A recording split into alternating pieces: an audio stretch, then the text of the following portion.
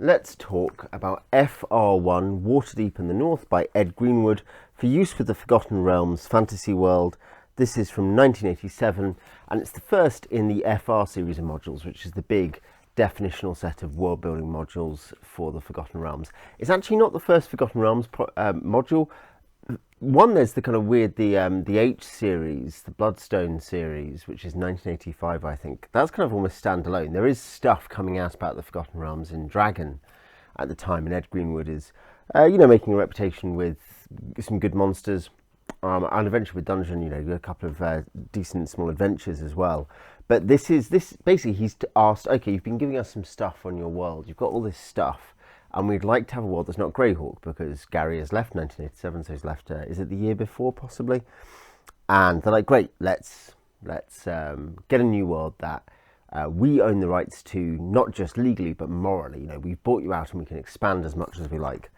And so Forgotten Realms, that's why, where it comes being the default, up to now, with small diversions.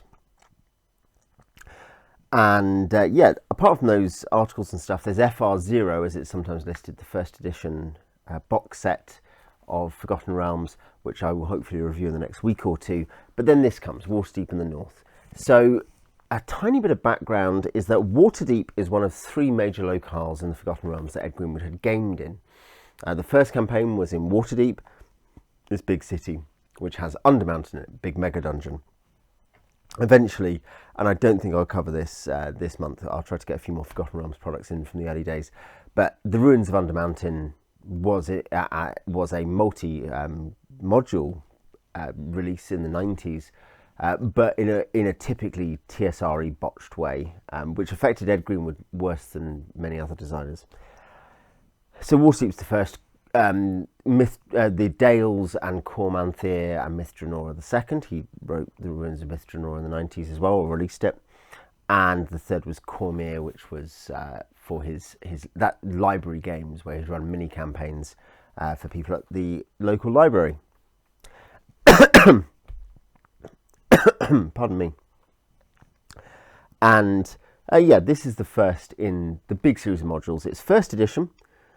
Explicitly so when you read the rules, if you see stuff, you recognise limitations and rules and so on that are from the first edition. Here's one, for instance, that silver to gold is 20 silver to 1 gold. So it's if you're converting this at all, you need to halve all your silver amounts to any other edition, basically. You've got a cover which introduces Xanathar and his 4 lieutenants. Xanathar, the famous beholder, crime boss, and his trained intellect devourers. So again, pretty iconic for that. That's a pretty important figure still in the modern mythology of the realms. It's misspelled at different points as Xanthas, Xanthan and Xanathar in this. Now, one other kind of note to make is that product coordination is credited to Jeff Grubb, but he's not a co-author. And when we're looking at Greenwood as a designer for TSR, in the days before, let's say, his corruption was complete, he cooperated with Jeff Grubb on a few products, notably the Forgotten Realms box sets and City System, and I'll hopefully look at City System as well soon. But he doesn't here, so this is something where I think we can say it's unlikely, especially it's very recognisably Greenwood in terms of the pros and in terms of the stuff he's interested in. I would say that we're looking at a pretty pure Ed Greenwood product. So we can look here and say what are his strengths and weaknesses, at least in this pretty seminal module. It has a gatefold cover, which has, I guess that's a player side map for Waterdeep, and then it has the sewer systems with primary and secondary tunnels, which kind of man-sized creatures can access. You can see not under Mount Waterdeep, and numbered keyed entrances. There are then, and this is something passingly, there's a map of the wards. There are then also 12 very limited number, but 12 floor plans. And I talked about in City Blankmar First Edition the geomorphs and floor plans being a massive upside. I think the fact that this is a city product that says, look, here are a bunch of, here's what a warehouse might look like, here's what the grand residence might look like over 2 floors, here's some apartments, here's some shops, just some some things that you can actually use when you're going places. And there are some other bits of guidance within, but it's for me, I almost think of it now. My sense is this should be a bare minimum for a proper standalone city product. There's really meant to be a kind of whole city guide, not just an adventure in a city. You then have a pretty nice map. Is this Dave Sutherland? The maps are Fry Graphics and David Sutherland. I don't think I saw a signature on this, but this could be Dave Sutherland. You can see there. It's pretty nice. It's got it's detailed street map in terms of the names of streets. It's got the full key from here on it. It's very usable. And then it's 64 pages of this, the infamous to some people parchment style. I mean, I don't mind it. It's something that doesn't either turn me on or upset me. There is a how to use this book, and it mentions that Waterdeep provided delights and challenges for characters from 0 through 16 down the years from 1975 in the original D&D box set through the multi-volume AD&D rulebooks of today. I wonder how far Ed Greenwood ever adapted his game to AD&D, though I suppose AD&D was out before he was employed, so he probably did somewhat. Very occasionally there are just hints of where there are definite AD&D rules, including weapon specialization. There's unearthed arcana rules in here mentioned. I simply assume those are being edited in. Those are ideas he's had from reading the books later. Those are bits of advice he's had. Oh, well, maybe you want to do this. He literally didn't use those in the Undermountain days. AD&D presumably maps mostly to his Dale Lands, Myth Draenor days. So this is an OD&D product as far as it's his original notes, which has then been updated, maybe because of a bit of experience of, he has played there in his AD&D days, visiting parties. Very, very typically Greenwoodian. This is an odd thing about this book and it is a question I'd immediately come up with reading it, it decides to give it 8 pages out of 64, which is a not inconsiderable amount, obviously. It's an eighth to talking about the North rather than Waterdeep. And it's peculiar because there's no map of the North. The North is actually not really it's something that has struck me a few times, the way that Waterdeep, despite its relative prominence still, becomes eclipsed in lots of ways in the popular imagination by Baldur's Gate, but because the games, more or less, and obviously you have, though Waterdeep is what the film Honor Among Thieves is set in, you have BG3 out at the moment. Baldur's Gate becomes as important as Waterdeep, if not more so, whereas Waterdeep, all the way through the AD&D lines, is, there are 3 major books just about it, plus 6 products on Undermountain and Skullport, plus City System, which is based on it, plus adventures set in it, and adventure even called Waterdeep. It's the main place in the realms, and then that's not so much the case now. I think it's interesting that in this product you have this stuff about the North East, which is east of Waterdeep. You don't have that southerly part really around Baldur's Gate, but you have other parts to the east and north. But not as far as Icewind Dale, so not the frontier. This will be initially superseded by, is it FR4 or 5, The Savage Frontier, which is a very good book. But yeah, we have some stuff. Citadel Adbar with which is the major dwarven kingdom. There's orcs, 40,000 orcs who've captured the Citadel of Many Arrows. Gauntlgrim, the ruin of Gauntlgrim. Hellgate Keep. Ironmaster, Lork, Loudwater, this is where Luskan and Neverwinter come into. These are mentioned, many of these, Mirabar, Neverwinter, Luskan, Silvery Moon, in the box set. So again, there's some sense that this isn't quite replication, but it's unusual. I guess you could say if you've put, and for Neverwinter, you are actually explicitly pointed towards the Forgotten Realms box set, for instance. But yeah, this is, I guess, a bit of a very light primer if you're running a campaign in the North just from this, albeit you won't have a map. This is 1987, you don't have a JPEG you can get online, But in case you want to know what's outside there, here's some stuff. You could generously put it that way. It doesn't come across, given the focus of the book otherwise, which is a city source book, it doesn't come across as an incredibly strategic use. The actual entries are fine. They're usually a paragraph. They usually are demographically inclined. They're not particularly exciting. There will occasionally, there's a sense of these are some enemies, these are some friends. We then have chapter 2 is an introduction to Waterdeep. There's 9 chapters total. Introduction to Waterdeep is again a fairly chunky one, 10 pages. And this is a geography, which is useful, a history, which, given it is over 2 pages of this triple column, small early days text when they cared about page length. That's one thing. This is luxuriant. 64 pages of quite good quality, quite heavy paper. Triple column. That's a lot of words. The history, though not useless, one thing that strikes me as the best defence of these history sections, and this is really, I think, here because Greenwood wants to write about his world, and there are several other examples of this in the book. But the best defence for the long history sections is that, and it's particularly relevant for a city supplement, but it can come up with anything, is you start getting people going to sages, you start getting people talking to just innkeepers, you start getting people using informational spells, more mid to high level divination spells. And you start getting answers to stuff. And having a decent source of that information is useful. So I can't completely say I'm against it, but there's just a little bit of a sense when you kind of say, the surviving nobles came reluctantly and with bodyguards, expecting such a summons to be a trap. Barons spoke to them in the crowd of curious townsfolk that had also come, saying this must not happen again. Waterdeep was to be safe once more, he told them. Almost support what he and his fellow lord now planned, which is how you get the open lord and the masked lords.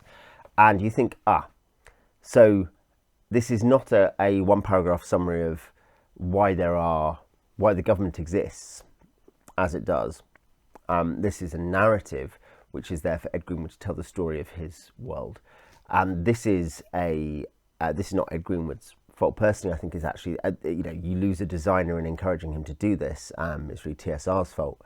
But it is something which is distinct purpose to a role-playing book. And I think that's something, you think, the real zenith of that is the Volo's Guide series in the 90s, of which there are 5, I think, of which I have a couple, which sometimes actually there's a weirdly useful element where there's so much detail in there, you eventually pick out more stuff to use than in the other stuff. But this is these in-world guides by Volo with commentary by Elminster, and then like weird DM notes as well in digest format, which are they're quite nice prop books. But it's a weird thing to think these are, official major guides to these areas. And it's just Ed Greenwood writing about a world he loves, that he made up as his Lord of the Rings world, his Middle Earth. But it is not what you actually want from a game book. It's horrendously inefficient, if nothing else, and often, doesn't give you the information you actually need to run the game.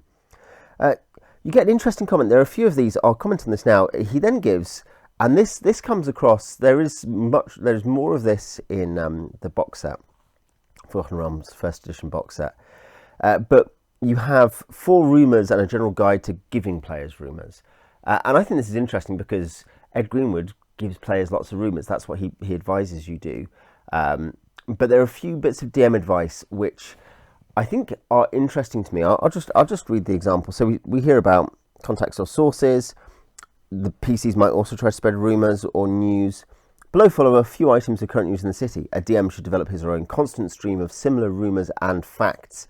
If kept fairly constant, they seem real and not a deliberate, hey, here's an adventure ploy, although any may be so developed by interested DMs. In addition, the news of the realms found in the Forgotten Realms campaign set may be used. All information therein is current as of early Mertul in the year of the Prince. Mertul being June. So you need to track, you need to look at the 2-year almanac in FR0. It's interesting, so there's 2 things, is that Greenwood thinks that players,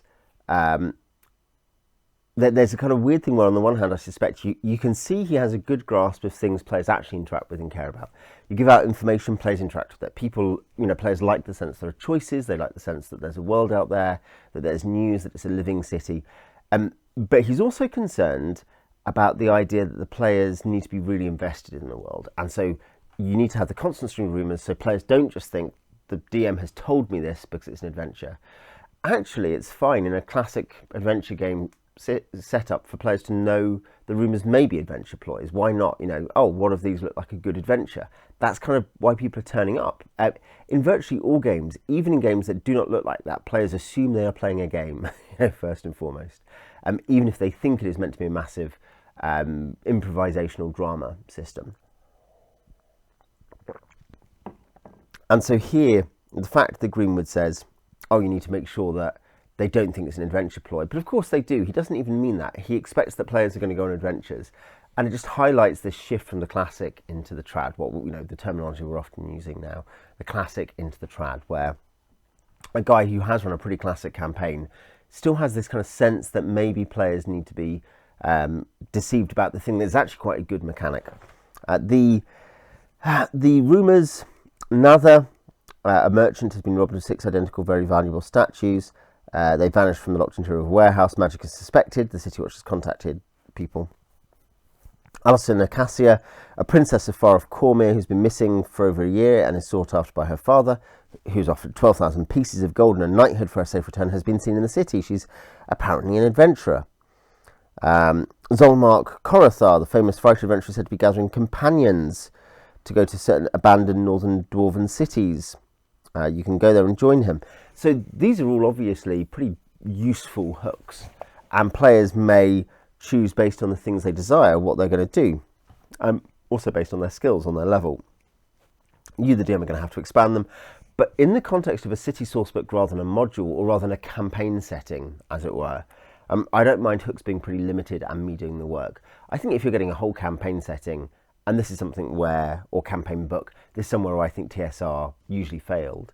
But if you're doing a whole campaign setting and you say, here's a bunch of rumours, you also want to have locales. It's my big criticism of what is otherwise one of the great setting box sets, The World of Greyhawk. In that case, is that though I think it's great and has some good adventure outlines, there's very little adventurable in there. But if you're taking a step back and it's just a kind of, this is it not meant to cover the whole setting, but just give you lots of ways of getting into the game, then a rumour list which you have to expand is fine. The same with Adventure Seeds. That's with World of Greyhawk. I think the Adventure Seeds are very good. Some politics, crime and punishment, some stuff about government, and then under that you have 10 Lords of Waterdeep, or something like that, or 10 or 11 major figures, and it says there's some who are not detailed here. This includes Piedron, the Paladin's son, and Kelvin Blackstaff Aronson, Mert the Moneylender. Now, some of these, and also in the main NPC section, are ex-PCs from Greenwood campaigns. Oh, I don't mind that. It's fun to be able to immortalise what you've done in it, because that's part of what is making the product better, is that it's been tested, it's been played, it's been enriched by players actually doing stuff. There is, I guess, a sense that because you're looking at, generally speaking, 7th or 8th level or higher. I think there's one lady who's a 4th level, and there's some incredibly vague leveled characters. Kelvin is 26th or greater. There's some vagueness here, partly for DM fiat, but at the same time there is a sense, and it's even said, feel free to raise levels if you need to deal with PCs who are very powerful. That's not inherently awful advice unless you're hyper into the internal veracity. It has to have the internal veracity without any gamist purposes. But the bigger thing is that it reveals that Greenwood also has a sense that players are meant to make their way in the world. They're meant to be able to become lords. He's completely open to that. I don't think there's a problem with that. But you need to always... players need to never be the biggest fish. And there's something to that to a degree. It's what spurs them on to conquering the plains, right? At the same time, I think there's just a little niggle there of this ends up with a world where everyone it's like Glantry or something. It's much more actually, literally a lot like Mystara, in the way in which you walk down the street in a small village and there are 8 7th level fighters, singing and practicing their sword juggling or something. Okay, great, that's just this village. What ridiculous things in the next village? level can be seen in different ways, obviously, but I think the sense of the unspecialness of the level, you know, partly does come here. On the other hand, Waterdeep is a city which, at market peak, has over 500,000 inhabitants. You know, this is a world metropolis. You know, 125,000 permanent inhabitants. You're talking about as big, bigger than I think any Mesoamerican city. You know, at really on the scale approaching the great classical European metropolises. That sort of thing. Some stuff about justice laws. There isn't a code legal and some taxes and fees, and these take, I mean, they take kind of 4 pages nearly. I'd say the Lord's descriptions are fine. There's not really hooks in there, but there are ways you can use those characters. And I'm kind of, and that's the big thing, is none of them super overstay their welcome. They're usually a paragraph or 2. There's still a bit of Greenwoodian purple prose of too much stuff about a character he wants to talk about. Caladorn. Caladorn is young, sardonic, very perceptive and intelligent, and fun-loving when he can find an occasion to abandon his customary serious resolve in private. He is a knight bachelor. Although he is not yet fully aware of it, he is beginning to grow restless for adventure. On several occasions, he has accompanied raid ship crews into battle, although the captains did not know their passenger was a lord, only that he was a bored young noble who could lend them an extra sword arm. We're getting a lot, you know, it's very much a novelistic description. But yeah, I think maybe the other thing is that the lords, because though there are a few ways of interacting with them, they're not, many of them are not super interactive or exciting. They are okay people, they're neutral, they're good. And I'm not saying, therefore, we have to have lots of evil people. I just mean they're neutral or they're good. And you get some information about them. You can just about draw a use for them. You know, you could see that Caladorn could end up going out to adventure with you. It does end with one of those classically cringeworthy Greenwoodian quotes from Mert about Caladorn. Nymara or Nimara, you find out lots about how she appears and what she knows about, so you can kind of work out, like, okay, she could be a useful contact for this, or she might hire the PCs in this circumstance. But there's nothing, you know, there's no kind of like, she wants to know this, or she is in a private war with this person. Stuff which is immediately interactive. It's much more passive.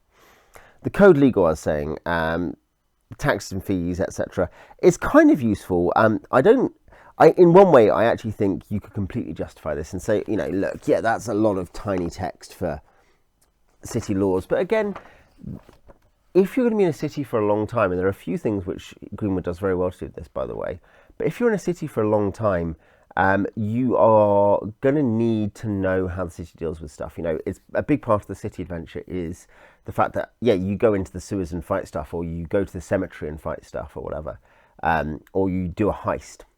But you're also talking to people all the time. And having lots of information on what they're going to think and care about.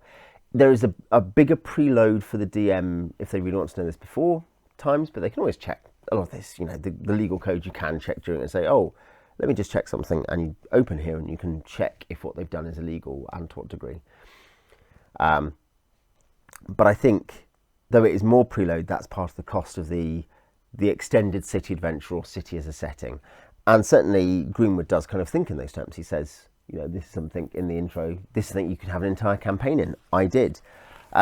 There is a thing here, I mentioned Undermountain here, and I've mentioned the sewers here. There's an oddity, and it's part of the many kind of the ways in which, when I look at Greenwood as an adventure designer, it's a very odd story, really. But there are, you know, if you want a Gary-esque thing, how about the fact that he mentions his 3 great dungeons in Waterdeep, none of which are published in AD&D by him in full. Undermountain 1 he publishes, but it's only a partial key on maps that aren't even his. Undermountain 2 and the and the extra levels, the dungeon crawl levels, are not by him. The Dungeon of the Crypt is a 3rd edition thing, and I think is jointly authored. And the sewers are mentioned here fairly briefly. It's an odd thing that he has all this content, and definitely did exist. That's not really the question. As do many other, you know, things that didn't quite get out there. But TSR constantly neglected to actually publish them, because it turned out they increasingly they weren't paying him, and they weren't using the Forgotten Realms line chiefly as I think people were expected to play. but it's something they're expected to read. That was the new model. Nonetheless, the city adventure or the city setting takes that preload, and I can kind of deal with that. You then have a single page generator for buildings. It's not as detailed as Lankmar City of Adventure by any means, but you have, you roll a d10, depending on the class. Class A is only major unique buildings. Class B, one thing is there aren't floor plans for these. That they come out with City System, which is a box set. As I say, hopefully you review soon. But Class B, C and D, which is grand houses, large warehouses, etc., row buildings and lesser buildings. You have D10 tables that tell you what kind of building it is. That does let you, if you want to, because of the things you have here, you can then turn to the floor plans and use those as a base. Obviously, there's a certain kind of limitation on the usefulness there, but nonetheless.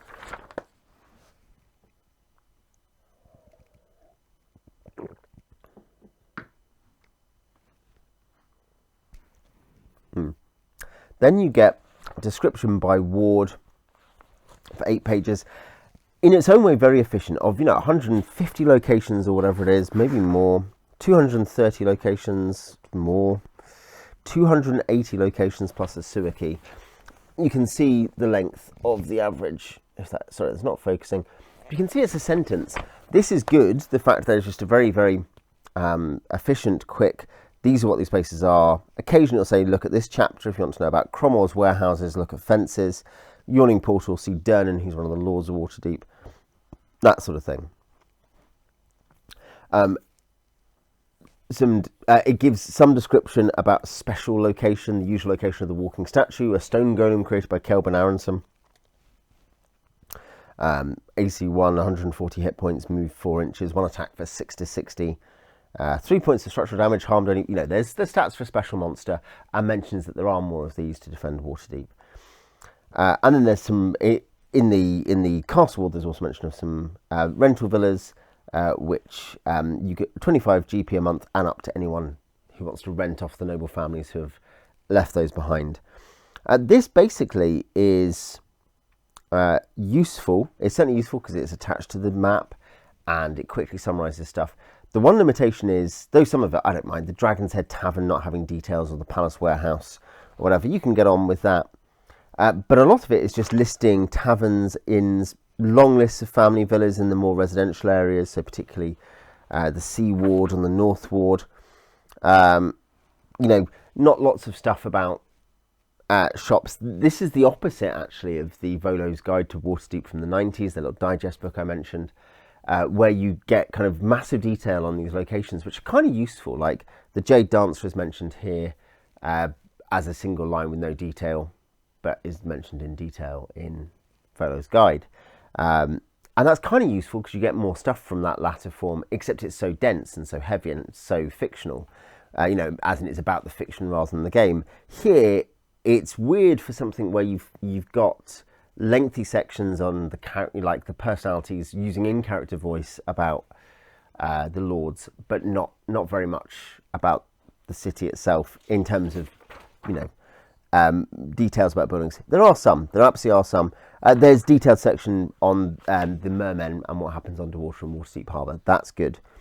The fact that there's like allied mermen who keep it clean, and they might see Lacatha come in, they behave like this, they might be interested in this. That's good. The House of Gemuriel, the adventurer, and what she might be, what you might want to steal from her, but how difficult she is. This is kind of fine, but again, none of it's super detailed. That's okay in the context of the city book, but that's then putting a big demand on the DM to be very good at their improv game, because you simply cannot prepare everything. You have to be really willing to say, the players will say, we're interested in this, we'll go here. You can somewhat control that through the fact that players respond to information, and you can either make that very linear, they just get told to do this, or, and this is Greenwood's own advice, you give a bunch of rumours and you develop those. That helps you control the sheer unconstrained nature of the city. The wilderness, here's the thing about the wilderness. Yes, there are lots and lots of there's all these random encounters in here, lots of tables of random encounters, great. But you're generating one at a time usually. and you know, even if you have a layer, there's stuff to generate like treasure and stuff in the layer, but the layer's only a few rooms. You can just you roll a reaction roll, you think about the situation. It's a minute's work or something to work out what happens on the relatively improbable chance each day of them having an encounter, and then even when they do, it may be peaceable, so you won't have to have, and it may be fairly passing, you know, something they don't engage with. There's giant eagles up above, they don't attack them, the eagles don't reaction check down. So you get my point, is that the wilderness, though there's all this possibility, is punctuated. The dungeon is very much preset, you know, usually it's very much fully written. The city is vast and unconstrained, and players just ask for stuff, yeah, this, I'd like a bit more support from this. Rock of Bra by Richard Baker is probably no better product overall than this, but one thing it does do is just give you a few more of those locales to use. The sewers, I would say, are a disappointment, not in terms of the, you know, that I quite like, I should say, I genuinely, you know, think for efficiency, that map, and then there's an encounter table, a D100 encounter table mentioning whether to go to Monster Manual 1, 2 or Fiend Folio, or DM's choice indeed. Yeah, that's the special encounter one. Otherwise it might be Cellars and Plumbers, or a Thief, a lone character, whatever. You know, that's okay. Having it be condensed is fine, but there's no actual key for it other than, and this is the exception, that you have a page, a quite, you know, detailed page of all the entrances. That's incredibly useful, but then there's nothing like, oh, here's a weird sealed ooze shrine, or this is where the rat men of Waterdeep live. Stuff that just is kind of cheap to put in, as it's easy to put in, and it's not as if Greenwood didn't have any of it, but again, is just something which is just not put out there. It's kind of, you get sections of usable material here, but you don't get everything you actually need to run the sewers, you know, off the cuff. You're going to have to generate all that stuff, all those, you know, as they go around, as you add in, you have them have, you know, encounters going along the way. They're dealing with some grating. Is it trapped? Are there thieves there? It's entirely empty in that sense. And there's a real sense in that sense of it being like B1. I mean, B1 is more detailed, but that slight sense of like, oh, here's something for you to complete.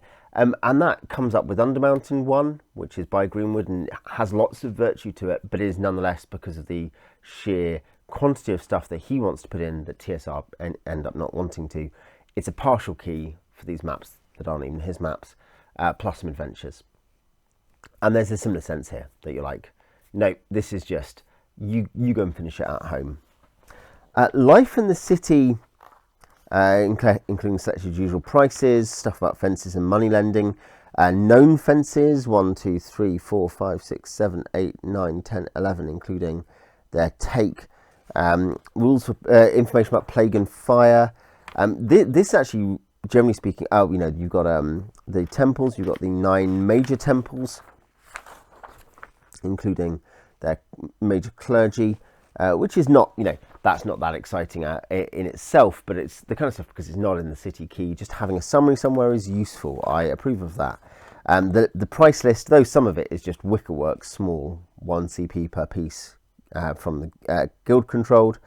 At the same time, it can be useful just to be able to flick to something and see what kind of things, if someone asks for something, what is a sample list of things. You can look at the PHB, or you can look here.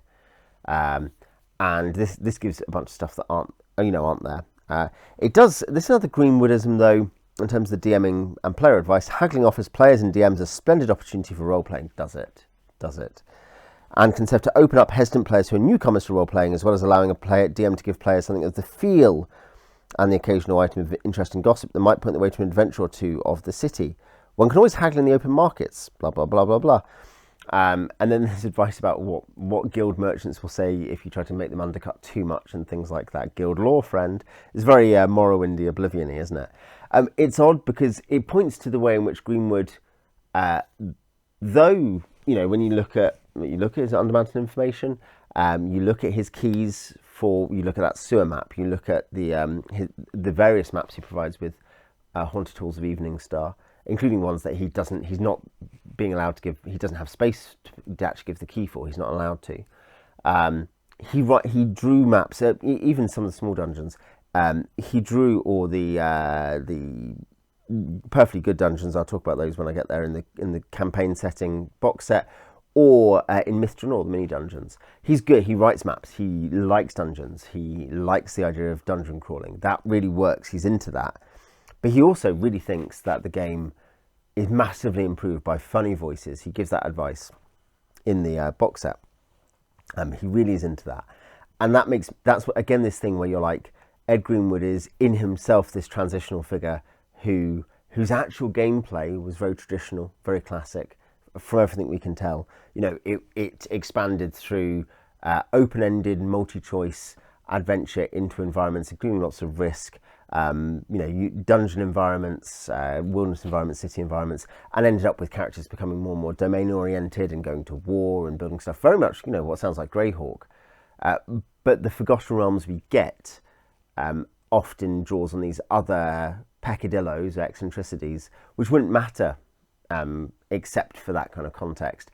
Oh, it's all, you know, make sure players are haggling, you know, get shy role players to haggle, because that's an easy way to get into it. The idea that in haggling you might get a piece of news, that's interesting. But why not just generate that? You know, why not just say players are looking for rumours, you give them a rumour, based on reaction checks, based on spending for carousing or whatever. And yeah, the same with the kind of sense that players, though they are there to adventure and play a game, and everyone knows that, and that's not something he doesn't disbelieve that, there's still a sense that players need to be tricked into thinking this is a real world. And that's, of course, because to Ed Greenwood, it's Middle-earth, it is a real world. But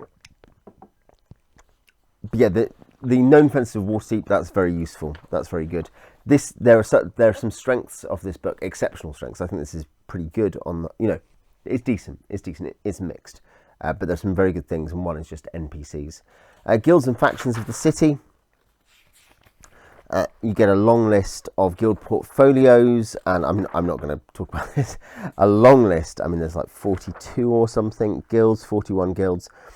Of the guilds, about 20% might be really useful to read. For instance, there's costs for guild members of buying scrolls from the Wizards Guild. There's some kind of political issues. There's some kind of habits and activities and jobs they might hire you for. But you have stuff like the Cooper's Guild. Great. Good. There's you could pay the guild a resealing fee of 3 silver per barrel. I mean, I guess that could be useful. Maybe the players really need to put that in, but in that case, make it a sentence. Cooper's Guild leader services, you know, sealing barrels. If you really think, players ask this kind of weird question and I just want to put the information down somewhere, great. The sheer length of this stuff, again, we're even into the small text, not the medium text on the triple column. And you've got paragraph after paragraph. So, you know, the Baker's Guild is a whole paragraph. The Carpenter's one is essentially 2 paragraphs. It's just much too much, and it's just Greenwood putting his notes in because he finds it interesting. On the other hand, apart from a couple of bits of small information, on the other hand, there are a couple of tables hidden in here which are much more useful.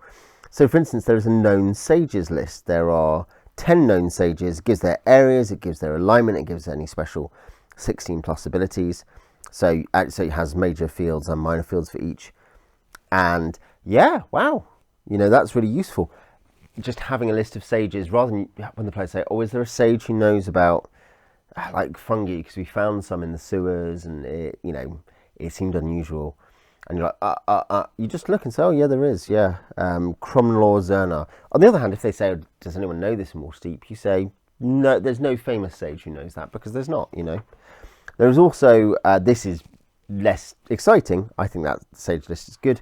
There is 7 types of Waterdavian ships with referring to the DMG and the Wilderness Survival Guide for more on speed, armament, things like that. Start up for getting underway, and yeah, that's useful. It is actually mechanics, and I mean, I don't know how often most people are going to end up worrying about that, but given I do have plenty of naval stuff in my biggest realms game. Seems relevant to me. Then there's noble families. This is much better than the guilds in terms of its length. It is 5 pages. It has a general detail about, thankfully, that it does not permit full genealogies and biographies of the nobles of Waterdeep. Whew, phew, thanks, Jeff Grubb. It mentions the general principles of like how nobles act, how they get arms, and what information you're going to get. And then it gives an entry for each house, which is this long. And these are fine, as in their interests, their art, the colour of their arms, and their, generally speaking, their leader, and sometimes an heir. Very occasionally, there's also just like one other comment on it, like Hlanta Melshimba, said to know many insidious poisons, or Vasta Roaring Horn and Kuldos Roaring Horn, brothers, co-heads of the family, and known collectively as the Lord's Roaring Horn. The family is a lusty, fun-loving, singing, brawling clan who love parties and pomp. An extra comment, potentially useful. There is, however, I think this is the thing, is when if he's going to get all this information down, the idea of saying, look, I think this might be useful. Players are going to end up going to balls. This is a city adventure. He does give some advice like, don't let them be a member of a major noble house or whatever. I think don't let cavaliers be members of major noble houses. That's early advice. There's one thing, given he will never run a cavalier in his original Undermountain game. I don't know, it might have cropped up occasionally later, but this is just much like the fact that weapon specialization will come up, and there's a couple of other AD&D and UA examples. This is stuff which is obviously inserted later. But he's obviously interested in thinking, players, how are they going to engage with noble life? Because he knows that players will. In a city adventure, it's going to become important. Some players are going to be more interested. This is correct. He's right about this. But I think, in that sense, getting stuff down and saying, well, maybe this will be less relevant for Bob, but Jim might use this. That's fine. You just need to compress it. And I could certainly see myself, using this. It seems usable, if not exciting. That is one thing, is that often this is the criticism almost I'd make, is that there's a lot of good content in here. You can definitely use this to run Waterdeep, or you kind of want city system as well. But often the most useful stuff, or at least the stuff that is not overstaying its welcome, ends up being stuff which is kind of on the drier side because he's just getting it down. Whereas the stuff that's taking up space is either of questionable import, like the Introduction to the North. It's not too long in itself, but you wonder whether you could not use that for something else, for more information on major buildings, for instance. The City Wards Guide is really, really efficient, but then you're like, I kind of want a bit more detail there. Life in the City, pretty decent. But then the guilds, you get this entire page, 10 pages, nearly entirely of the guilds, plus a few boxes of information. But the guilds is 80% worthless. So that's 7 pages, let's say, excluding everything, all the kind of takeouts. But 7 pages that just aren't worth it. But yeah, this that's useful. Then we've got one of the best chapters, which is Selected Non-Player Characters of Waterdeep. We're still in this format, and this is just lots and lots of, it's like five or six characters per page, and there are, is it 9 pages? 9 pages, 8, let's say, yeah. So you've got 40, probably pushing 50 characters who you can use, and here's relevant. There's, I'm not sure that all the most interesting. Some of them definitely stray towards what I've already said about the Lords, who are in their own section of NPCs. Interesting, that's the thing, you've got all this stuff spread out. This should all be compacted. The fact that you have fences in one chapter, sages in another, the Lords of Waterdeep in another, and then other NPCs in another. That's not good organisation. But here, though not all of them are very exciting, there's a lot of, and some of them, though they're not necessarily useless, they're actually quite interesting, they're just characters from or to do with his Undermountain campaign. There is a lot of useful stuff in here. There's stuff about trainers. There's lots of trainers for, and it does kind of say these kinds of characters. This is in the next chapter. Some characters will struggle to find trainers, but the assumption is you're training. So there's trainers for every class, including sometimes rival trainers or wizard trainers with different spells and different specialisms. There's a few major kind of henchmen who could join you, including some low-level ones, second level, and some higher ones who are fourth or fifth. And the second level ones, interesting, are still mentioned as trainers because there's an assumption, as we'll find out, and this is again an interesting way, but that you might be 0 level. So that second level person could train you up to first level. But yes, there's henchman options, there's trainer options, there's some patron options in there. There's a few oddball ones, like there are 2 halfling and 1 dwarf thief who you can see that he's putting those in because he's thinking, well, and this is, maybe it's just him writing in characters from the novels in his head, but actually I think it's fair to say, based on the fact that this is all based on his actual play, lots of it very clearly connects to that, the maps exist from that, so on and so forth. What I'm looking at is I'm like, he's putting these characters in because he thinks, let's have a lively thieves world. So there are major thieves, many Raffles, gentleman thief types, or Flambeau from Father Brown, and the PC, and then they can all interact, and that's fun. And then you get Xanathar, long section on Xanathar. He's the longest NPC pretty much in the book, longer than Kelvin Blackstaff, but who leads the nearest thing to a thieves guild because there is no thieves guild. It talks about his lieutenants in there, it talks about what he wants to do and his interests. There is still perhaps a very slightly low, I'd like more or less, essentially with major NPCs, I think having 2 or 3, this is one thing where layout, inverted commas, can help, because you can say, these are things they want, or whatever, rather than you having to filter it out. But say Yuldar, the first level druid, has recently arrived in Waterdeep. He longs for home. He's a cousin of a lord who's been killed. He's grown a beard. He's visited the shrine of Sylvanas. He's been told to go out into the north with a band of adventurers. So he's eager to join any band of adventurers, be exploring any part of the north on any terms. Great. Zorla Jajanis is an apprentice illusionist whose master has been slain. Let's go and find out. These are fairly low-level ones. Tesla Hulacorm, a mercenary mage of Waterdeep, who tutors and casts spells continuing in exchange for treasure, which he uses to further his research. And it says, he's the closest thing to a magic shop Waterdeep has. Interesting here, we don't assume there are just loads of magic shops in places. It's rather there is a researcher who will train people and you can pay for services, and he may have some things prepared. And it gives rules about how long he'll take to prepare stuff and the cost. Suma, 6th level cleric of Talos, the only chaotic evil character I think in this section. That he likes to kill at least one person each day or whatever. He'll follow passive adventurers and attack when they're weak and unprepared, i.e. when resting. I think wrong use of IE there. Mistmir Irwin, a 9th level neutral good magic user.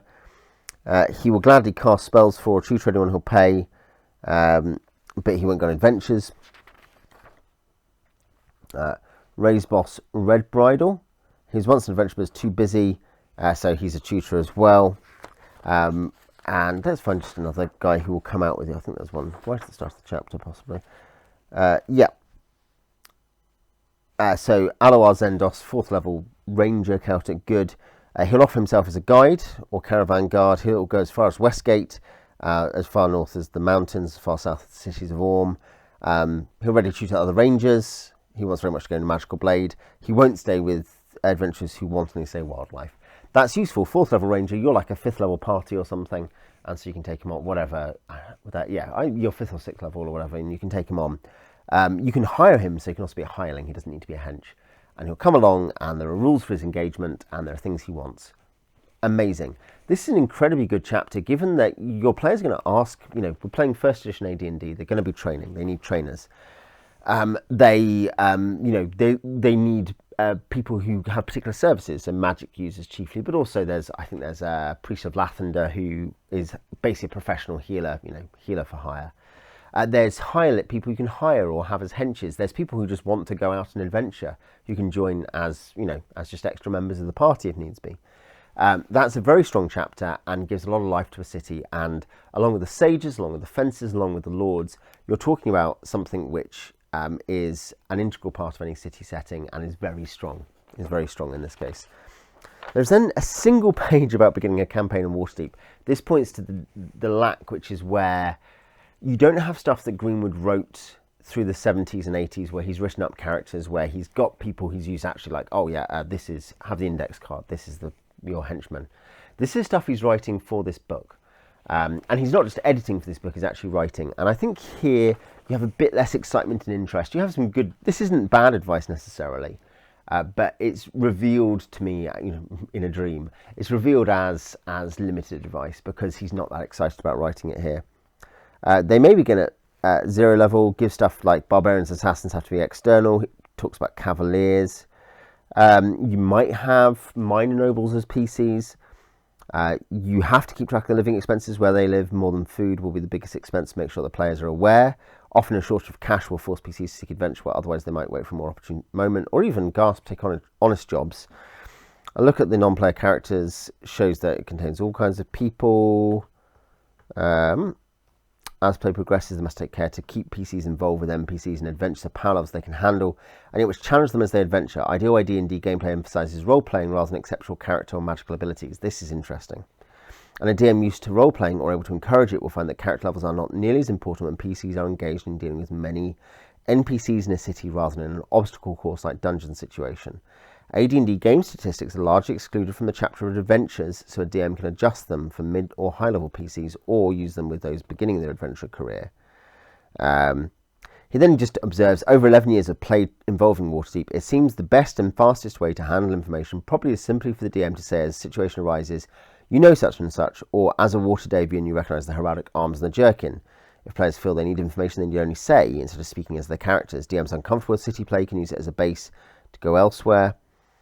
I actually think this is interesting because you get these hints of, as I say, a DM, the DM I've already described, with his own eccentricities and his own strengths.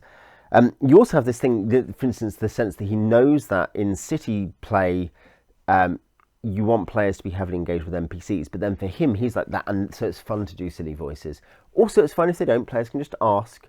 It's interesting, he also realises that role-playing doesn't wholly consist of speaking in character, but I think there's a murky definition here, which again is this transitional point between play styles. Not necessarily representative of his actual play experience.